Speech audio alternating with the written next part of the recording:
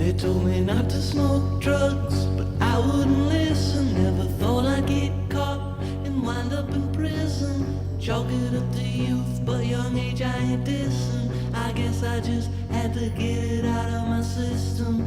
Out of my system. Out of my system. And welcome to another episode of Uncarcerated. Uncarcerated is the show where we platform formerly, sometimes currently, incarcerated and systems impacted people and the folks working to shift the narrative, change policy. And we've got kind of a special episode.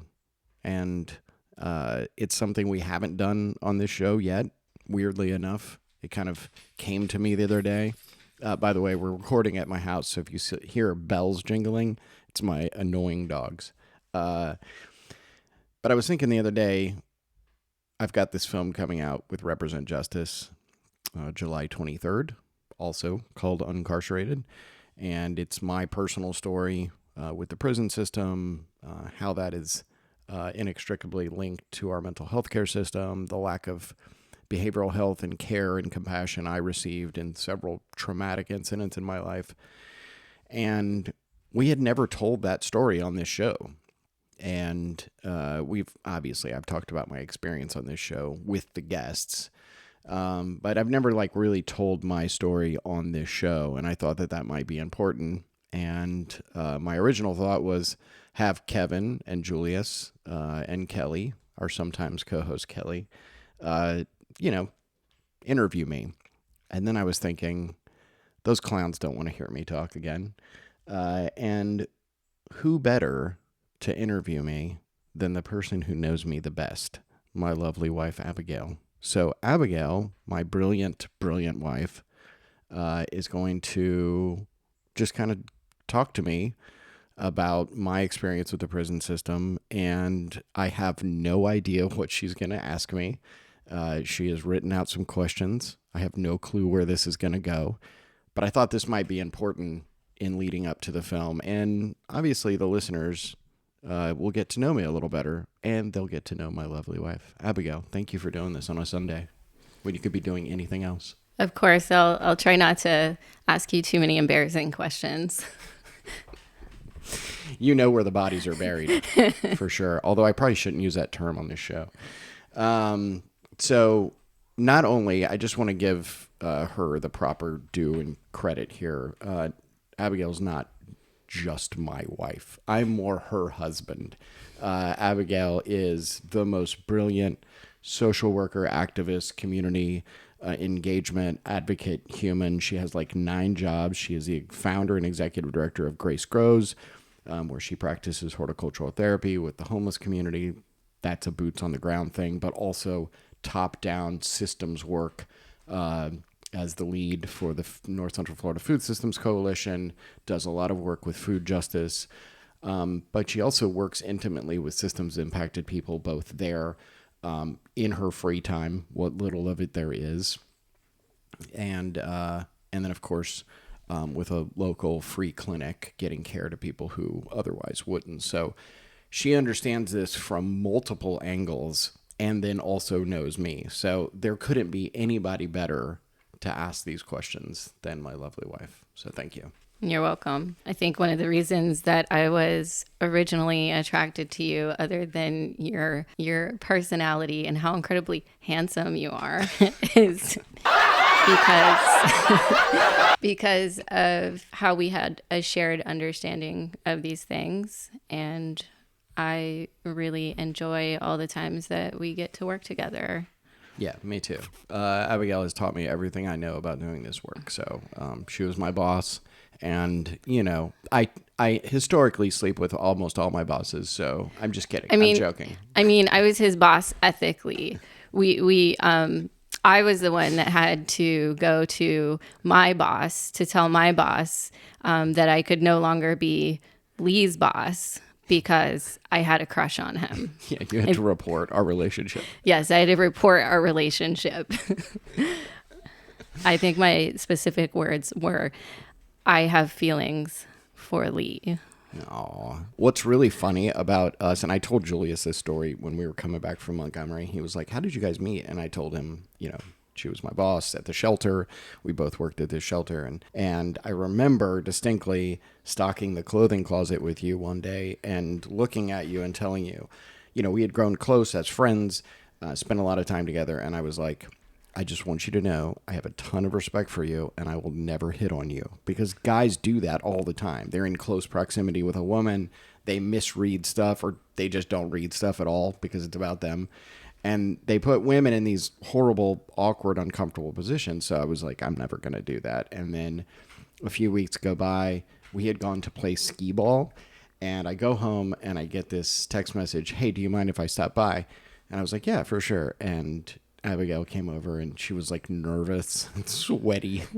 She was like, I just want you to know. Summertime, it's Florida. I just want you to know I have feelings for you. And I was like, thank fucking God. Thank God one of us said it, because I never would have said anything about it. So, and here we are, years later. I kind of wanted to start backwards with your story. I know a lot of folks who are listening know you, but I just wanted to ask you to describe your life in the different spheres that exist now. What are you doing? How do you feel about it?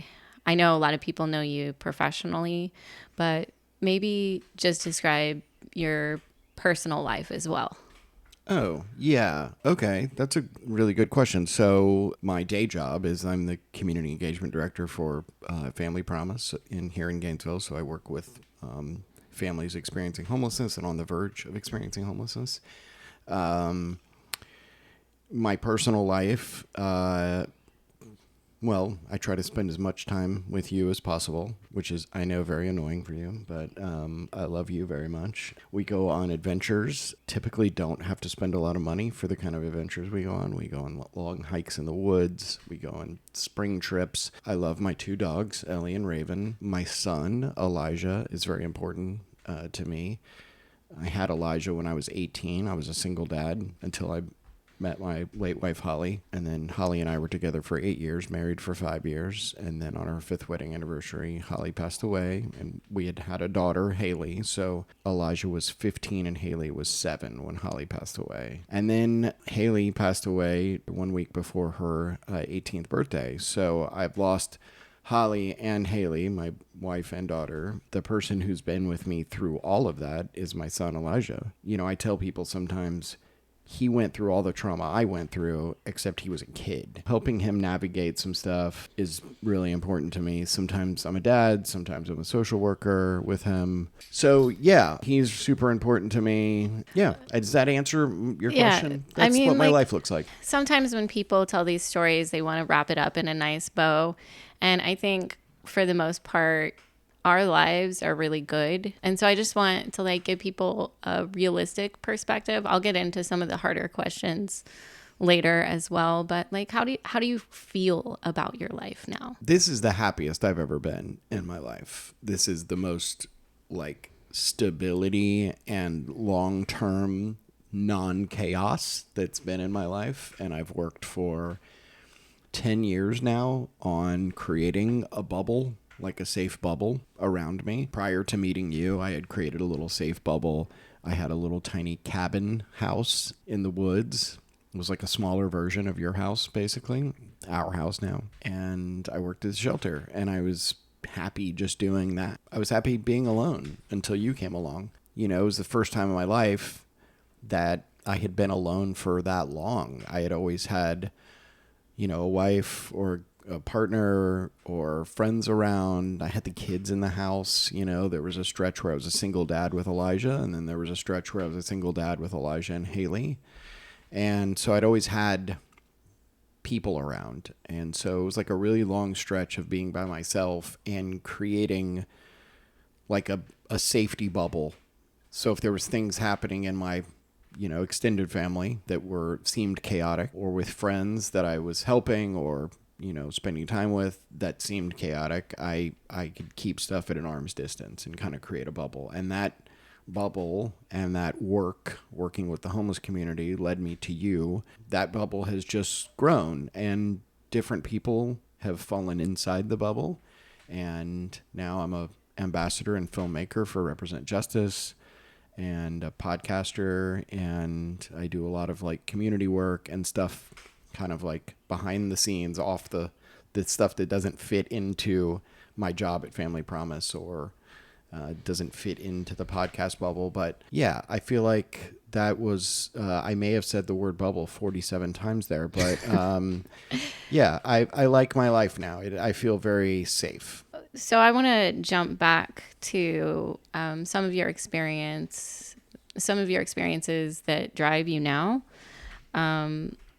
And so I don't want to talk about what happened yet. I want to talk about who you were before you were incarcerated.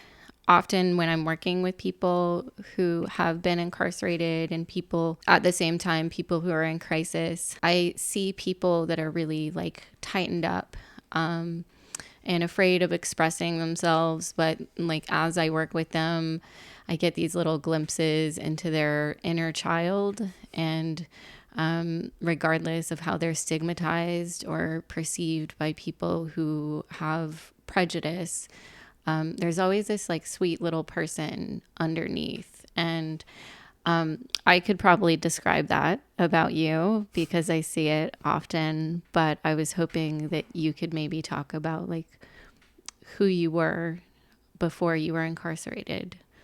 Because you're very much the same person still, but I know it's created hardship and perspective shifts for you. I think I've always been the same person, but I didn't recognize what some of my skills were.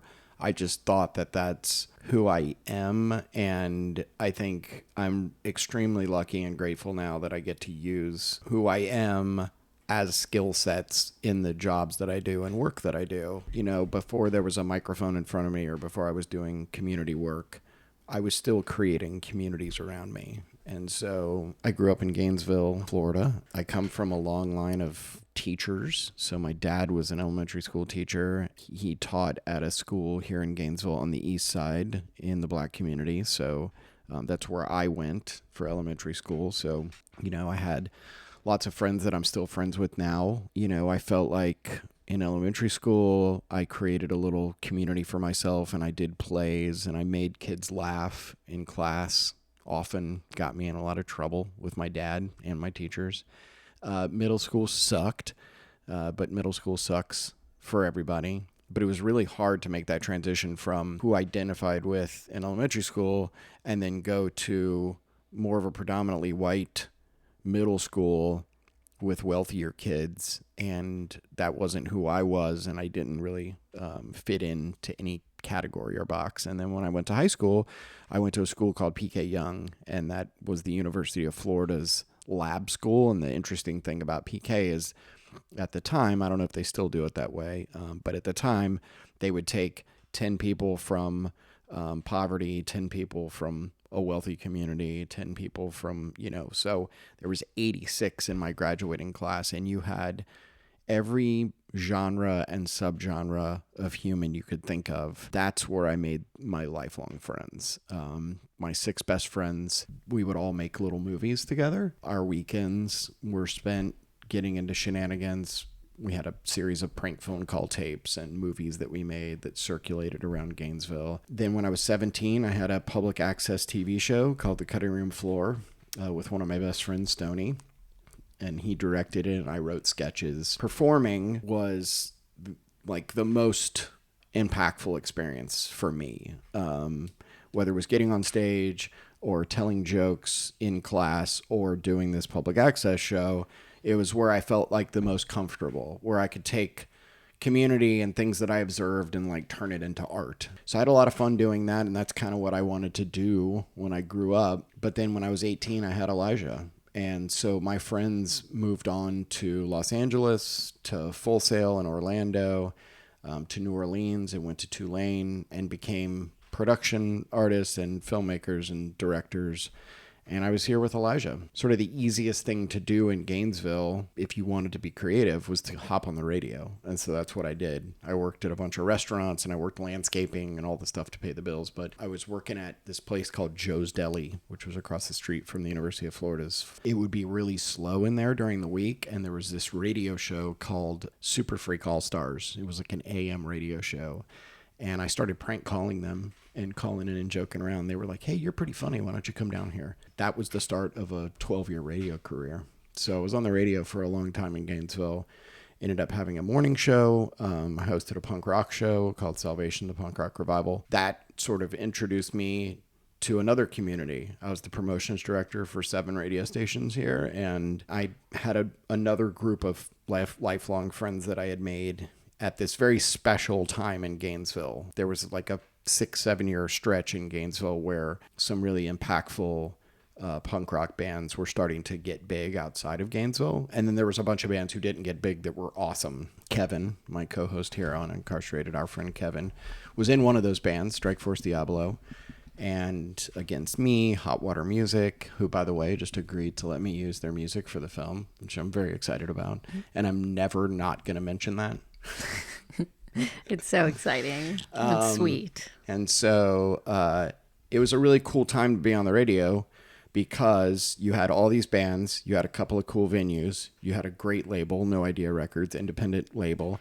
And so there was an energy in Gainesville that I like dove right into. And so it was really exciting, but I will say I didn't like practice any level of self-care. The other thing about me is that I work really hard. I was a father and a husband, but I was also like a radio performer and doing promotions and all sorts of stuff. And so I had high energy, but I also partied and didn't take great care of myself. I don't know how long that would have lasted before I crashed or if I ever would have crashed, but Holly passing away was the precursor to a series of some really traumatic crashes for me. Yeah, so that leads me into the next question, which is what happened?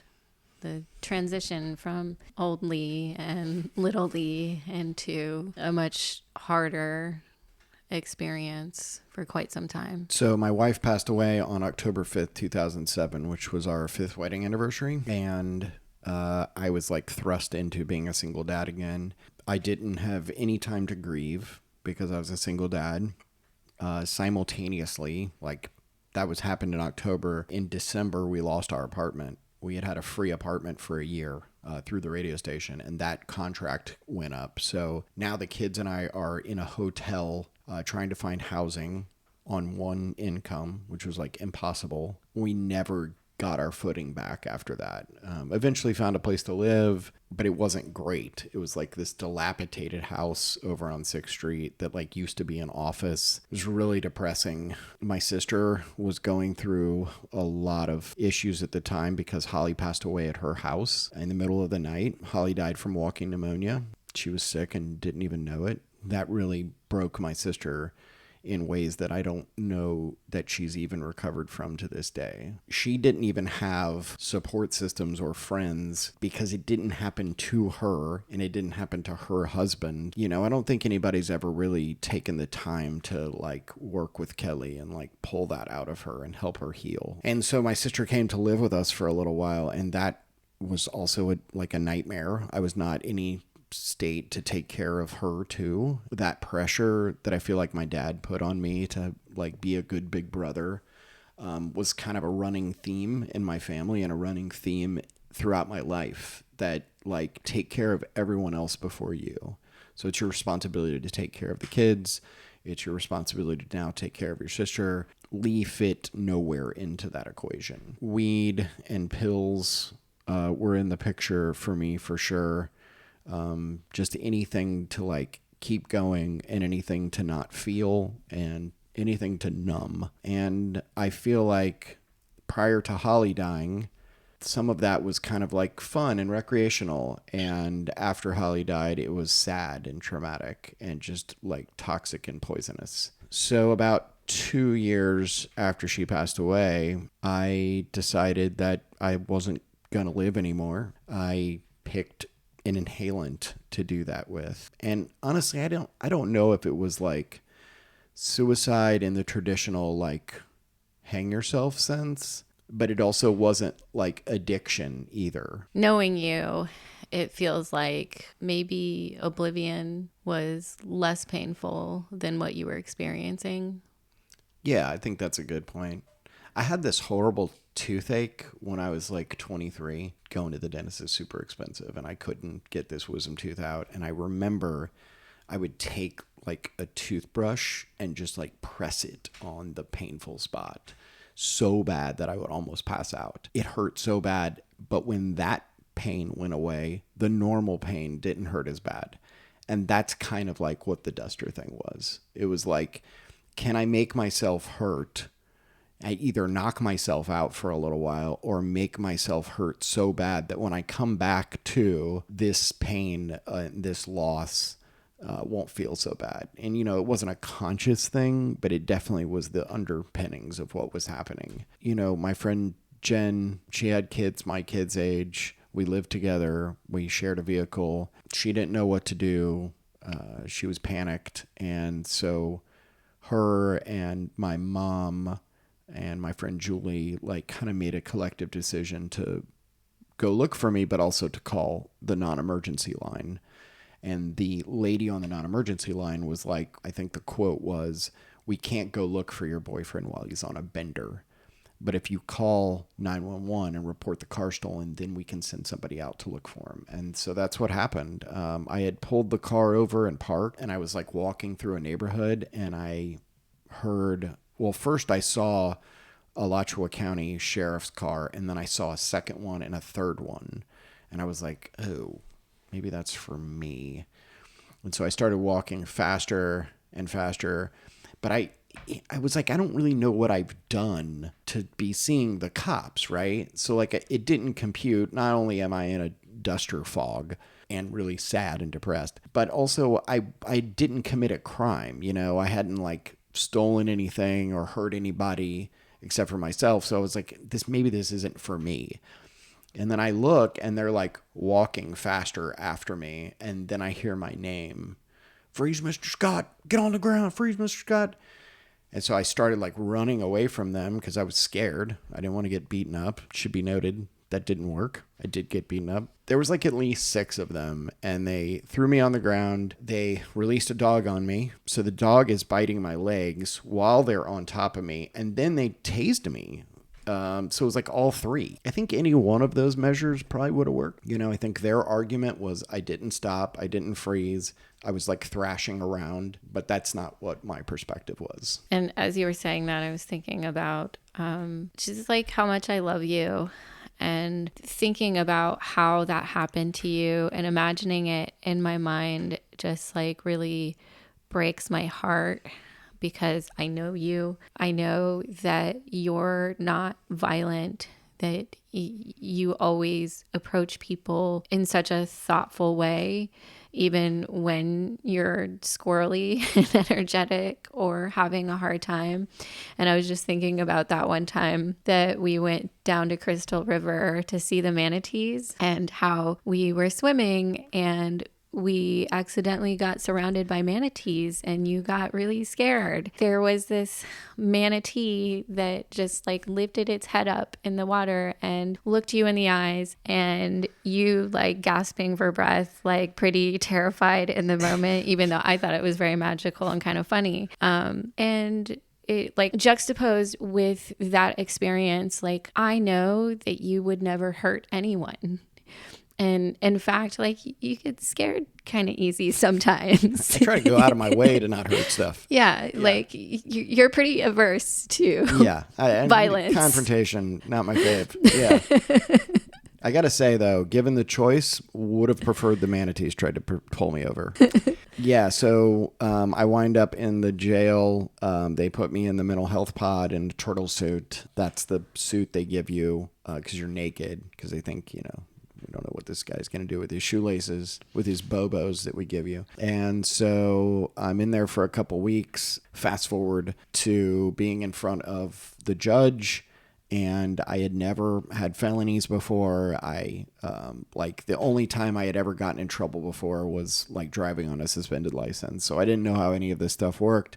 And I got the advice to open plea, not knowing that gives up any rights to appeal, and it puts it all in the judge's hands. And the judge said, I had grand theft auto and battery on a police officer. Jen had called the state attorney to tell them he didn't steal a car, this is what happened. But the state picked it up anyway, which forced me to be in front of the judge open pleading. And the judge said, Mr. Scott, I'm going to save you from yourself, 5 years, Department of Corrections. Yeah. And something that really strikes me about that situation, knowing you, is that once you interact with law enforcement, you're already considered a criminal.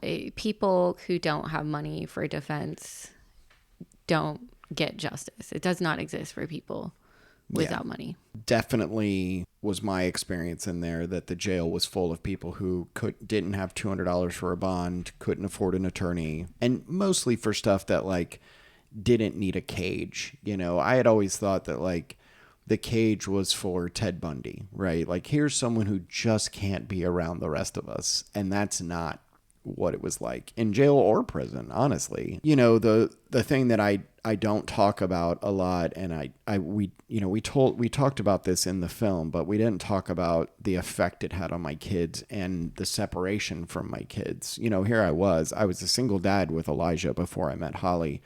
And then after Holly passed away, I was a single dad again. The argument is, well, if you loved your kids, you wouldn't have done this, right? You wouldn't have put yourself in this position. And I have heard that. It wasn't a choice. It wasn't like a conscious choice. I was just in a lot of pain. And I wish I could go back and do it over again. I wish I had like grief counseling and more compassionate crisis response, which is what I fight for now. I didn't do those things, and I didn't have those things. And so not being with Elijah and Haley, being in a cage and being in prison was one massive wound. The other massive wound was being separated from my kids. Like every single day, that was like in the back of my mind, in the front of my mind. It was extremely painful to not be around Elijah and Haley. And they got separated. Elijah was a wily 15, 16, then 17-year-old when I went to prison. And Haley was 8 and 9 when I got in trouble. And so Haley went to live with my late wife's parents. And Elijah went with my family. And then bounced around between friends and family. And it was not a good time for either one of them, but the fact that they were separated was really painful for them too. So that leads me into the next question, which was, what were some of the hardest parts about being incarcerated, the impacts it had on you? I know you talked about the impacts it had on your family. But what were some of the hardest parts for you? Lack of information was the first one. I don't know that that's the most important one, but it was the one that was like really stood out to me, that I really thrive on community and I thrive on information. And eventually I landed at a camp where I was able to create a community, but just constantly starved for information, for any kind of like, connection and, like genuine connection. And so the loneliness was really, really hard. Getting to see people abused was extremely hard for me. Watching people get thrown in a laundry closet by the corrections officers, verbally abused daily, multiple times daily, watching people be humiliated and embarrassed, have their food thrown in the trash, have their commissary taken away, being shaken down at any point where like guards come in and you have to, either stand for hours while they search your personal things, or,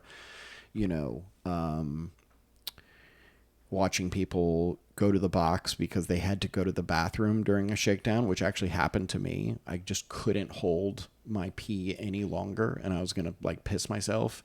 And so I had to cuff up and go to the box because I had to pee during a shakedown. And those kinds of things, like we could do a whole show just on that. So watching people be humiliated and physically and verbally abused hearing the stories, the now adults that had started in the juvenile camps, the JIT camps, as we call them in Florida, gladiator camps. For a long time in Florida, if you were a YO, a youth offender, they couldn't send you to an adult prison, so they would send you to somewhere like Brevard or Lancaster. And the horror stories of guards betting on fights, pitting one kid against another kid, putting a kid from one gang into a pod with another rival gang just to watch what happened, turning kids that their frontal lobe isn't even fully developed, wounded, traumatized, neglected foster care kids, going to these violent places and watching adult men bet on who was going to lose a fight. To be clear, the prison guards were betting on Correct. children. Hearing those stories from friends of mine who now are like 23, 24, 25, and they're going to get out when they're 26 and have to go get a job. And just like seeing how that like damned you for the rest of your life. That was near the top of the list of the hardest things because I had never experienced anything like that before. So, what did you wish you knew when you were incarcerated? Not just like survival tricks, but like mentally, what do you wish that you had known that would have helped prepare you for the experience? So your question isn't what had I wish I'd known or did to avoid the experience, but like I'm already going to prison. What had I wished I'd known? Yeah. I actually don't have that wish because when I was in county jail, being the nerd researcher that I am, I buddied up to a couple of guys. One guy who I had known since I was like 17, and he had been to prison twice already, and he was on his way back for a third time. And I played Scrabble with him every day, and he didn't know that I was interviewing him and picking his brain, but that's exactly what I was doing. I would just ask him like, what should I prepare for? What is this experience like? What are the do's and don'ts? And, he kind of put me up on everything. One of the main things he told me that I remembered is when you get to the reception center, when you first get to prison, when you get to Lake Butler and you're walking to your dorm or you're walking to the chow hall and you hear a guard yell out, "Hey, stupid!" do not turn around. Whatever you do, even if you think they're talking to you, do not turn around. And he was right. And I didn't. And I watched people who did turn around. And it was not good, and it could be like little things, but that's what they would do. They would stand out on the yard and they would yell, "Hey, stupid!" And whoever turned around was going to get punished. And they would do stuff like sweep the sunshine off the sidewalks was a big one. Walk in circles for hours with your arms out, which doesn't seem super hard, but try it. Try it for about 15 minutes and then multiply that times 6 hours. And so, that was just one example, but he gave me a lot of those examples because in Florida, it's not true in every state, depending on where you're listening to this, but in Florida, it's not the other guys you're doing time with that you have to worry about. It's the corrections officers. And that's a pretty known fact. And so he told me exactly what to expect, and he was right. So it's a lot of like persistent trauma when you're in there, daily like fear and oppression. And I think people don't realize the level of complex trauma that is caused for people that are incarcerated for any length of time. And I know that your story has some twists and turns. I was wondering if you would want to speak to your experience when you were incarcerated in Indiana. It's not something that I talk about a lot, and we didn't, we just made a short film, so we didn't have a chance to like talk about the whole experience, but completely different than the one in Florida. I was released from prison in Florida after 5 years, and you have to kind of think about, I have this awful trauma of losing my wife, that is completely unresolved, compounded now by the trauma of being in a cage and separated from my kids, and then the daily abuse and trauma from just being in prison and what that's like. So it's just trauma on top of trauma on top of trauma on top of abuse on top of neglecting to heal from any of those things. And then Here's your big day. Here's your big day.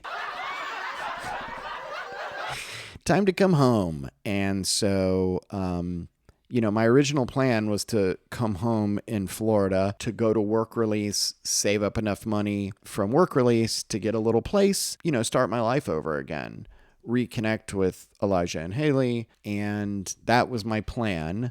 And so I get to, when you've got about a year left, you're eligible for work release. So at my 9-month mark, I got sent to Bridges of America, which was the work release here in Gainesville.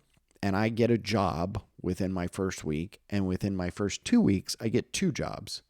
And so I had 2 jobs at 2 restaurants. I was working about 70 hours a week, riding my bike about 15 miles a day between the work release center and the 2 jobs. I finally have a day off, and in work release, you have an ankle monitor, which was attached to this little pager that you had to have on at all times. And one day I'm laying in my bed, have a day off. I'm finally resting my body, and I get a message on my pager, come to the officer station. So I come down to the officer station, the guard. And by the way, I should mention that these work release centers were taken over by private institutions. So it's corrections officers in corrections officers type uniforms, but they're not Florida Department of Corrections. They're free world. It's run by Bridges is the name of the company. And so the officer said, "What's wrong with your ankle monitor?" And I said, "I don't know. You tell me. I'm laying in my bed." And he said, "It says it came off." I show him it's still on. He comes around, he tugs on it, and it snaps right off. And he goes, "That's going to be absconding." And I said, "What? I'm laying in my bed." He said, "Yeah, you break your ankle monitor, and that's going to be absconding." Your prison experience is like being in the upside down. It's like down is up, left is right. There's no logic to it at all, which is really hard for me because I'm like I want to think through everything. Thankfully, the director in his suit and tie comes out and he sees what happened, and he said, "That's Scott. He's got a job. He's doing the right thing.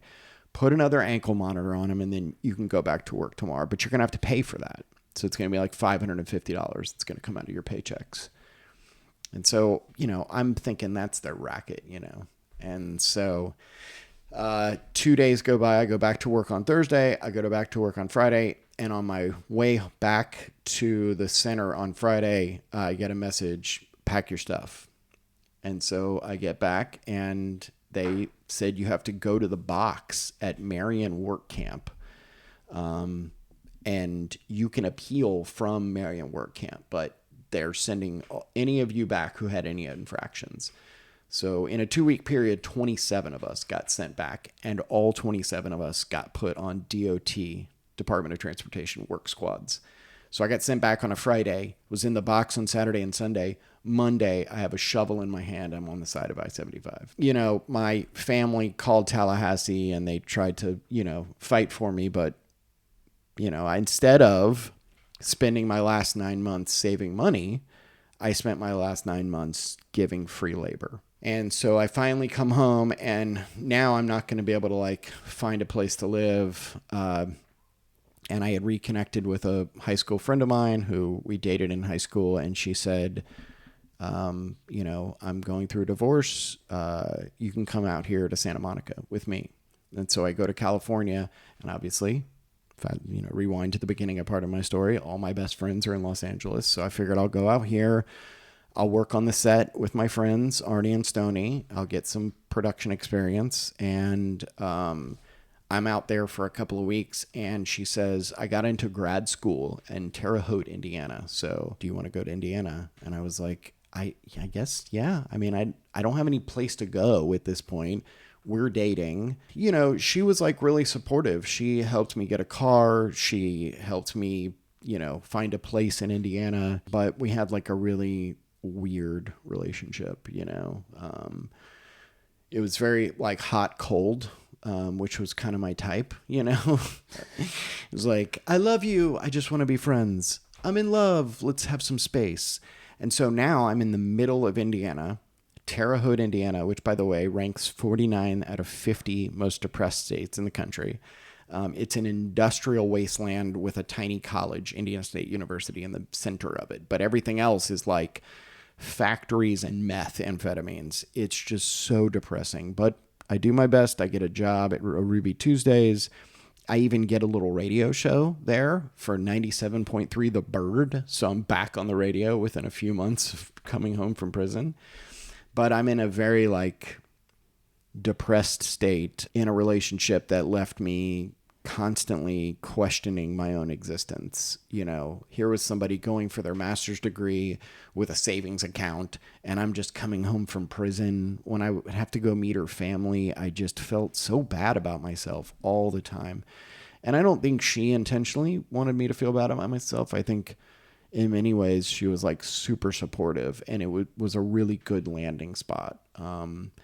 But just emotionally, I felt horrible all the time. And I went to therapy. I kind of was what did I not do the first time I was depressed? So I went to therapy. They put me on medication, which just made it worse. And I self-destructed all over again. I had a series of incidents with inhalants again, and I could not pull myself out of it. I would do it. I'd self-destruct. I'd feel suicidal. I would go to a 72-hour lockdown, a Baker Act. They would release me with different medications. I would feel worse. 2 weeks later, I would do it all over again. At this point, her and I are not talking anymore. I've terrorized Terre Haute with my repeated duster incidents. So the last time I went to a Menards, which is like Home Depot down here, but it's up there. They have Menards.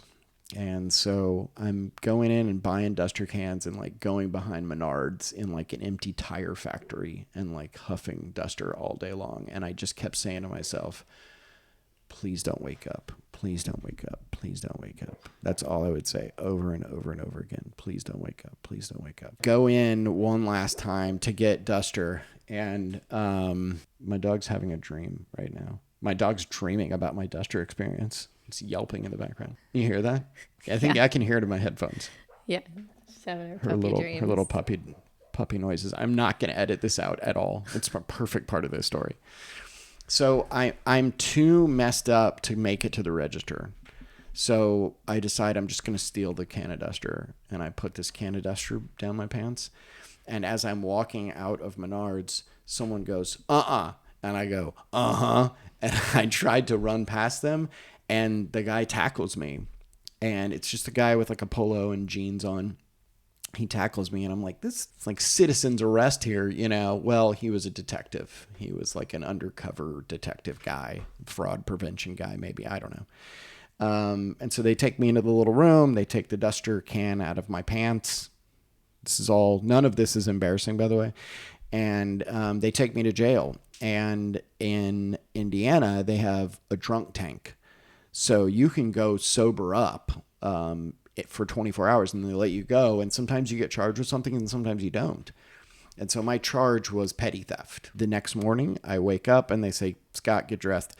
So I get dressed. I'm trying to figure out where I'm going to go. I probably have to go to Sober Living. They had a place you could go to 2 Sober Livings. One was called Club Soda and one was called Freebirds. And that was my options at that point. And so I'm getting dressed and I go to the counter to get my stuff and I see the detective on the other side of the counter and he looks at me and says, I'm going to make sure this never happens again. And I was like, what the fuck does that mean? And they said, Scott, go back in the holding cell. So I go stand in there for 15, 20 minutes. I'm like, what the fuck is happening? And they slip papers through the hole, the tray hole. And it was battery on a police officer and robbery. That's what they upped the charges to. Jesus. From petty theft. So for $5.89 can of duster, I now have a robbery on my record. And I get a public defender who says, plea out. Now, rewind to Florida. You'd think I'd know not to do this, but, I'm alone. I'm scared. I'm alone. I'm in Indiana. I don't know anybody. And he was like, just plea out to the robbery and, they'll let you go on an ankle monitor. And so that was the start of my my Indiana carceral experience. $5.89 can of duster. You're one of those people that folks really look up to. And when they're having a hard time, they look to you for guidance. You've told me a lot about some of the time that you spent incarcerated, how you created classes for people and like therapeutic experiences. You have always been a person that generates hope for people, whether you were incarcerated, working with people, or experiencing homelessness. And I'm just wondering, while you were incarcerated, what generated hope for you? Where did you find that? Oh, my outdate? Yeah, I mean, You've told me about some of your buddies. yeah, I will say that there's a lot of talk about drugs in prison. The most addictive drug in prison, hands down, not even close. The most addictive drug in prison is hope. You are imagining 24 hours a day what your life is going to look like when you come home. You hope you'll get out. You hope you'll make it through the day. You hope someone will write you a letter. You hope somebody will visit you. You hope people still love you on the outside. You hope your kids will remember you. You hope you'll still have friends. You hope your whole life isn't going to pass you by. So it's nothing but hope all the time. Thank you, baby. What are some things that you're still processing? How has it affected your life, or how does it affect your life today? Yeah.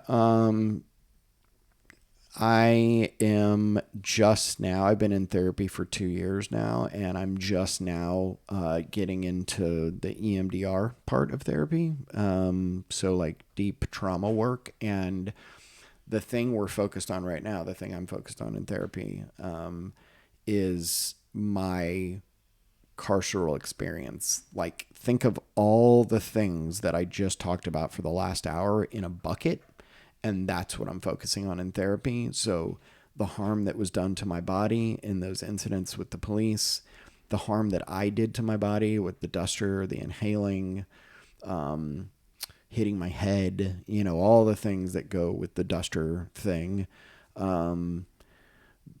being handcuffed so tight that your wrist hurt, hearing that cage door slam, watching people that you care about be abused, watching people that you care about get neglected by their families and friends start to forget about them, their girlfriends move on, watching that day in and day out. Yeah, I'm still processing all of that, and it still affects me, and it affects how I interact with the world in some ways, both good and bad. My level of empathy and compassion and like showing up for somebody even after the 17th time that they've relapsed. I have like a really high tolerance for that because I was in the same boat. But it also affects me negatively. I worry a lot. There's always like a little seed of doubt that like all of this will get taken away, that you'll die, that, the cops are just going to show up and take me away and throw me in a cage, yeah, I'm still affected by the carceral experience for sure. Earlier when we were talking, you talked about the mask that you had to wear, taking care of your kids when you were grieving. And I'm wondering if you could speak to how, you experienced trauma before, during, it doesn't just like you don't get out and then like suddenly you're okay. Happy ending, you're out and like your life's perfect now. I'm wondering if you could talk about the effects of complex trauma and how that affects people, your peers, yourself, that mask that people often are still wearing. Yeah.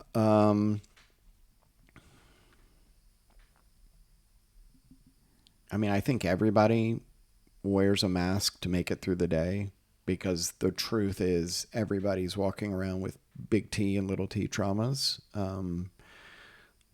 Prison just compounds that. But it also like is probably the most stigmatized thing in our society. Yeah.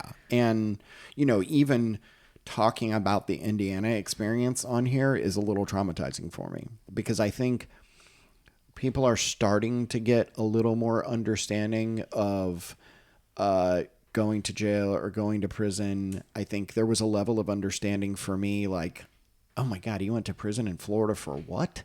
But then I come home and I do it all over again. And that's like shame inducing and embarrassing. And, I'm sure that for my first couple years home, people still had a lot of doubt in me. It's been a long time now. But I think I always feel like I have to prove myself. Like I've got to work harder than the other people around me. And there is a level of embarrassment and shame.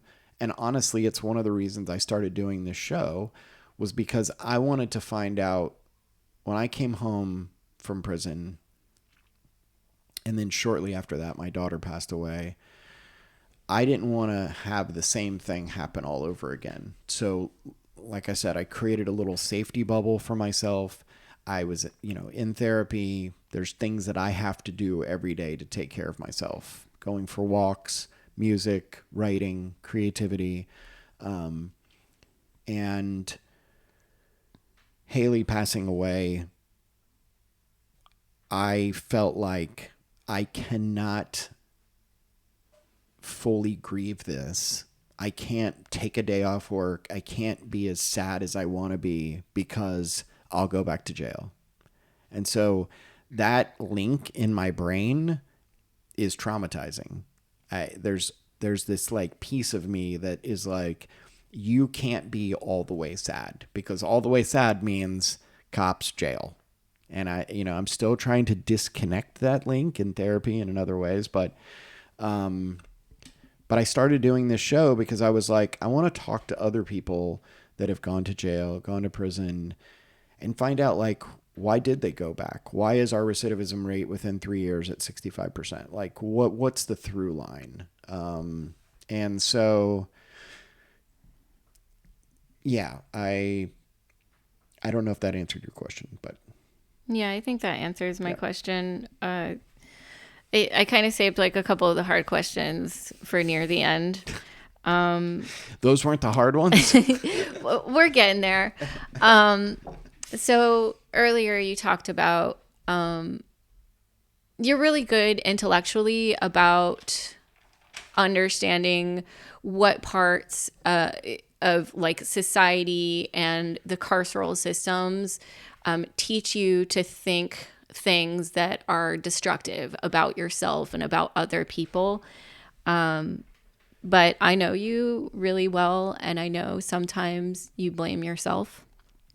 And, naturally, I think a lot of us do that when bad things happen. But I was wondering if you could speak to how this whole carceral punishment system teaches people, it like breaks people down, teaches people that they are bad and that they need to be fixed or they need to be punished. Can you talk about what that does to somebody's mind, or even like on a societal level? What part is society? What part is prison? Yeah. I think the prison system and how we view prison and how we view getting in trouble is just how the rest of society is in every segment you can think of, but just on steroids. Because I think that shame element, that you were bad, you need to be fixed, now you are good, now I will praise you, that is replicated in our rehab system, in our systems of recovery. The same themes you hear about needing salvation and needing grace and resurrecting your life and redemption, you hear that in religion. You hear it in 12 steps. And I just don't subscribe to that. Like, no part of the story that I just told is you were a bad person, you went to a cage, now you are a good person, now you're redeemed. Now, it's still in me somewhere there still is a part of me that's like, I do need redemption. I do need validation. That's the human experience. Everybody needs validation, right? And it does affect me. But I am always actively trying to work against that. And I definitely don't subscribe to it in other people. I subscribe to it with myself sometimes. I got to catch myself sometimes. But, you know, the folks that I work with that are systems impacted or experiencing homelessness, I don't think they need to be corrected. Now, there's things that I wish they would do in their life because I know it would make their life better. But, you know, what I see are like really oppressive systems of poverty and economic injustice and a lack of access to mental health and to healthcare that just don't provide space for healing. That's what I see. And so I think, the way we view stuff that, like, you know, Leigh, you went to prison and you came home and now we're going to give you another chance. Oh, you went back again. You know, you just are bad. I think that that's one of the reasons we do this show, is to like show that that's not true. I think that's the through line in all the people we've interviewed, is that we're not talking to people who need to be redeemed. So I think about all these moments where people could be helped. People could show empathy to people who are struggling. And I think about how you have been working with people who are experiencing homelessness, people who are coming home. You still talk to people inside. And you take so much of your experience to help people have a path forward and to help people understand that their lives could be better, or that somebody does understand what they're going through. And sometimes I think you forget about yourself. And, you know, you admitted to this earlier, that sometimes Leigh doesn't come into the picture. And I also have CPTSD, and there was an exercise that I did some years ago with my first good therapist. Sorry. I have to interrupt you. The dog smells so bad. This is the smelliest dog. I'm sorry. I'm interrupting Abigail for a second because our dog ate something yesterday it wasn't supposed to, and the entire house smells. So what I want you to do is, instead of thinking of like a client or a participant or somebody that you're working with, I want you to pretend that you went to prison to visit slightly younger Leigh. After the first time, or after you were incarcerated in Indiana, you went and sat down across from yourself with your life experience, your temperament, your ADHD, all the beautiful things about you. Look at yourself, and what would you say to yourself?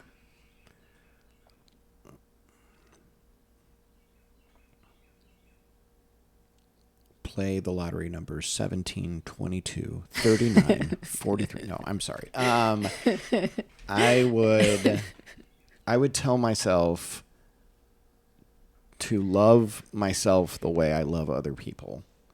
I mean, that's it in a sentence.